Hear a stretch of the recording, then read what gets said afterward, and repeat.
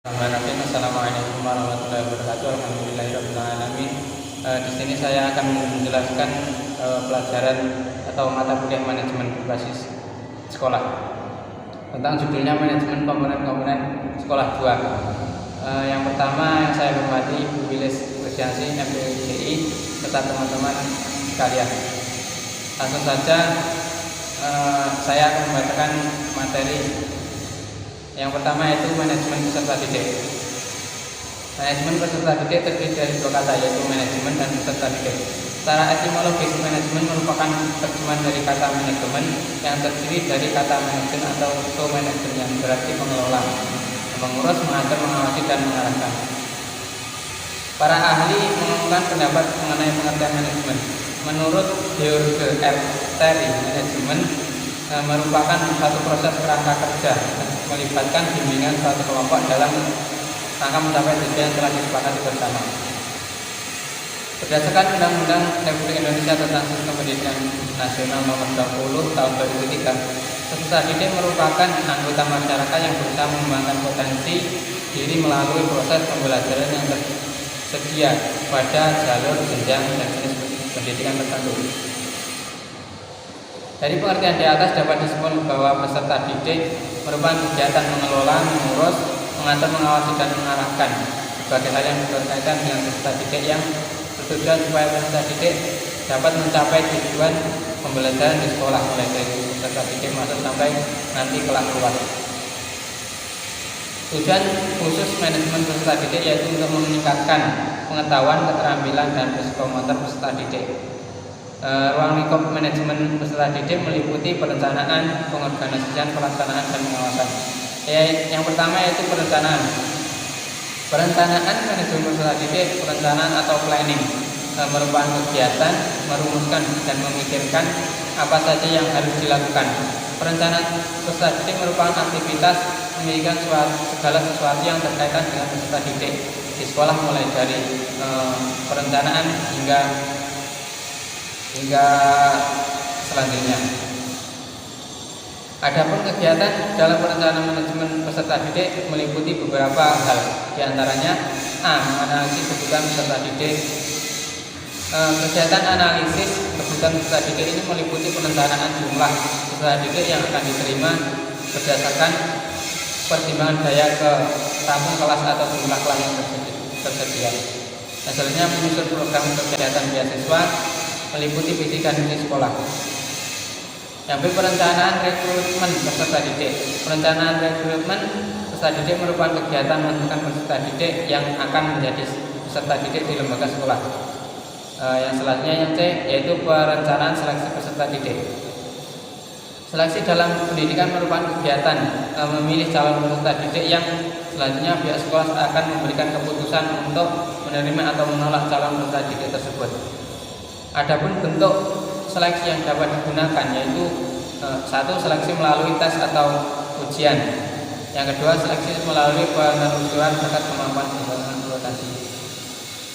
Yang B. Perencanaan orientasi peserta didik. Orientasi peserta didik baru merupakan kegiatan pengenalan situasi lingkungan dan kondisi lembaga pendidikan, lingkungan sekolah yang harus dikenalkan pada calon peserta didik baru meliputi lingkungan fisik sekolah dan lingkungan sosial sekolah. Yang selanjutnya yaitu pengorganisasian manajemen peserta didik. Pengorganisasian manajemen peserta didik merupakan langkah selanjutnya setelah perencanaan peserta didik. Pengorganisasian berarti bahwa mengelompokkan peserta didik berdasarkan beberapa aspek tertentu. Peserta didik perlu untuk dikelompokkan atau diklarifikasi berdasarkan pada kesamaan-kesamaannya. Pengelompokan ini bisa dikenal dengan grouping, yaitu hal tersebut didasarkan pada pandangan bahwa di samping peserta didik tersebut mempunyai kesamaan, juga mempunyai perbedaan. Dari beberapa pernyataan di atas dapat disimpulkan bahwa sistem pengelompokan peserta didik merupakan suatu cara untuk mengelompokkan peserta didik dengan kriteria tertentu. Dasar-dasar pengelompokan peserta didik yaitu berdasarkan atas kemampuan peserta didik, diantaranya yaitu A. Friendship grouping, yaitu mengelompokkan peserta didik berdasarkan pada kesukaan di dalam memilih teman peserta didik. Yang B. Accepting grouping, pengelompokan peserta didik berdasarkan prestasi yang dicapai. Yang C yaitu aptitude grouping, yaitu pengelompokan peserta didik berdasarkan atas kemampuan dan bakat yang dimiliki siswa dan yang lainnya. Dari perbedaan-perbedaan tersebut merupakan pelakuan yang berbeda baik dalam penempatan atau pengelompokan peserta didik maupun perlakuan guru dalam menentukan gaya belajar peserta didik. Ya, itu tadi sedikit pembacaan makalah dari saya. Selanjutnya akan diteruskan oleh teman saya. Akhirnya dari saya, wassalamualaikum warahmatullahi wabarakatuh. Baik, untuk poin selanjutnya adalah pelaksanaan manajemen peserta didik. Pelaksanaan manajemen peserta didik ini fokus kepada pengelolaan dan pembinaan peserta didik di sekolah. Hal ini sangat penting karena peserta didik yang masuk di sebuah lembaga pendidikan perlu adanya pembinaan dan bimbingan akan potensi yang dimilikinya. Tujuan dari pembinaan peserta didik ini termuat dalam Permendiknas nomor 39 tahun 2008 pasal 1 yang meliputi pertama, mengembangkan potensi peserta didik secara optimal, yang kedua, memantapkan kepribadian peserta didik, yang ketiga, mengaktualisasikan potensi yang dimiliki oleh peserta didik, dan yang keempat, menyiapkan peserta didik ini agar berakhlak mulia. Selanjutnya adalah pengawasan manajemen peserta didik. Pengawasan manajemen peserta didik ini merupakan ruang lingkup terakhir dari manajemen peserta didik. Pengawasan peserta didik ini merupakan proses pemantauan, penilaian, dan pelaporan akan rencana dan capaian peserta didik yang telah dilakukan. Proses pengawasan ini ada 6 bentuknya. Yang pertama, pengawasan melekat. Yang kedua, pengawasan fungsional. Yang ketiga, pengawasan internal. Yang keempat, pengawasan eksternal. Yang kelima, pengawasan masyarakat. Dan yang keenam adalah pengawasan legislatif. Selanjutnya, kita masuk kepada subbab yang kedua, yaitu manajemen pembiayaan. Manajemen pembiayaan merupakan proses pengelolaan sumber dana agar bisa dikelola secara efektif dan efisien. Nah, dalam manajemen pembiayaan itu, langkah pertamanya adalah perencanaan pembiayaan. Perencanaan pembiayaan merupakan sebuah penentuan tujuan ataupun sasaran yang berkaitan dengan sumber dana. Nah, dalam proses perencanaan pembiayaan ini ada hal-hal yang perlu diperhatikan.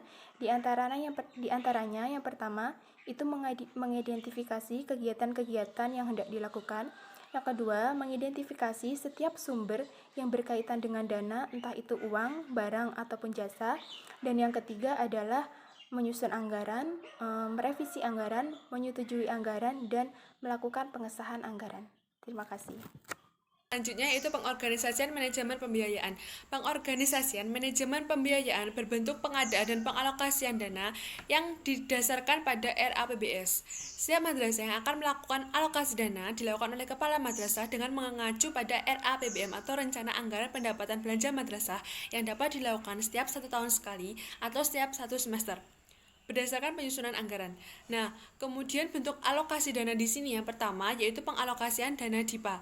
Dana DIPA merupakan dokumen pelaksanaan anggaran yang disusun oleh pengguna anggaran dan disahkan oleh Direktur Jenderal Perbendaharaan atau Kepala Kantor Wilayah Direktorat Jenderal Perbendaharaan atas nama Menteri Keuangan selaku Bendahara Umum Negara atau BUN.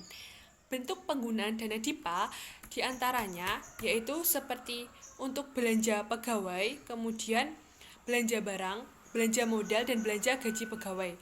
Yang kedua yaitu bentuk dana BOS atau bantuan dana operasional sekolah. BOS adalah program pemerintah yang dasarnya adalah untuk penyediaan biaya operasi non-personalia sebagai pendidikan dasar untuk pelaksanaan program wajib belajar. Penggunaan dana BOS di sini yaitu seperti penerimaan peserta didik baru atau PPDB, kemudian pengembangan perpustakaan, lalu kegiatan pembelajaran dan ekstrakurikuler dan lain sebagainya. Yang ketiga yaitu komite sekolah. Komite sekolah merupakan lembaga mandiri yang beranggotakan wali, murid, atau orang tua dari peserta didik, komunitas, serta pihak masyarakat yang merasa perhatian kepada pendidikan. Kemudian komite sekolah ini dapat dialokasikan dalam bentuk yang pertama pengadaan sarana prasarana, kemudian dana sosial, selanjutnya biaya untuk siswa yang berprestasi, lalu kegiatan kreativitas siswa seperti karnaval, bulan pentas, maupun ekspo kampus. Poin yang selanjutnya yaitu pelaksanaan manajemen pembiayaan. Pelaksanaan manajemen pembiayaan di sini mencakup dua kegiatan. Yang pertama yaitu penerimaan pembiayaan pendidikan sekolah. Yang kedua yaitu pengeluaran pembiayaan pendidikan dana yang sudah diperoleh dari berbagai sumber. Penerimaan dan pengeluaran tersebut dalam pelaksanaan pembiayaan dilakukan dengan cara kegiatan penatausahaan, yaitu pencatatan keluar dan masuk dana yang digunakan dalam mengelola pendidikan. Adanya kegiatan pencatatan dan pelaporan ini bertujuan supaya laporan yang telah dibuat dapat dipertanggungjawabkan. Proses pendataan dan pelaporan keuangan pendidikan dimulai dengan cara mengidentifikasi dan mengukur data keuangan. Dalam kegiatan ini, setiap transaksi keuangan pendidikan dilakukan secara kronologis dan sistematis. Proses yang selanjutnya yaitu dengan cara memproses data keuangan pendidikan. Kegiatan ini mencakup pencatatan, pengelompokan, dan pengikhtisaran. Pencatatan transaksi adalah pengumpulan data secara kronologis kemudian digolongkan ke dalam kategori tertentu. Nah, proses yang terakhir yaitu adalah pelaporan data keuangan pendidikan. Data keuangan pendidikan yang sudah dicatat dikelompokkan dan diikhtisarkan berdasarkan kategori tertentu. Pelaporan harus dilaksanakan sesuai dengan peraturan perundang-undangan yang berlaku. Dengan demikian, data yang telah diketahui dalam pelaksanaan pembiayaan dapat dipertanggungjawabkan dengan bukti laporan tersebut. Dan yang poin terakhir yaitu pengawasan manajemen pembiayaan. Kegiatan pengawasan manajemen pembiayaan berhubungan dengan kegiatan pertanggungjawaban penerimaan, penyimpanan, dan pembayaran atau penyerahan uang yang dilakukan oleh satuan pendidikan kepada pihak yang berwenang. Pengawasan manajemen pembiayaan bertujuan untuk mencegah adanya penyimpangan dan mencapai dana supaya dana yang telah dikeluarkan tersebut bisa efektif dan efisien dalam pengelolaan pendidikan. Pengawasan manajemen pembiayaan dapat dilakukan secara internal maupun eksternal oleh pihak sekolah. Pengawasan keuangan sekolah dilakukan melalui dengan cara aliran masuk dan aliran keluar yang dibutuhkan oleh bendahara. Kemudian, kepala sekolah sebagai atasan langsung dapat memegang kendali akan tugas ini. Sedangkan pengawasan dari pihak yang berwenang dilakukan melalui pemeriksaan oleh instansi terkait, misalnya petugas dari Dinas Pendidikan dan juga Bawasda. Adapun tahapan pengawasan yang pertama yaitu penetapan standar baik berupa ukuran, kuantitas, kualitas, biaya maupun waktu. Yang kedua yaitu mengukur dan membandingkan kenyataan yang sebenarnya dengan sumber yang telah ditetapkan. Dan yang terakhir yaitu menentukan tindak perbaikan atas permasalahan yang ada. Demikian presentasi dari kelompok 6. Apabila ada kekurangan kami mohon maaf yang sebesar-besarnya. Billahi taufiq wal hidayah wa ridha wal inayah. Wassalamualaikum warahmatullahi wabarakatuh.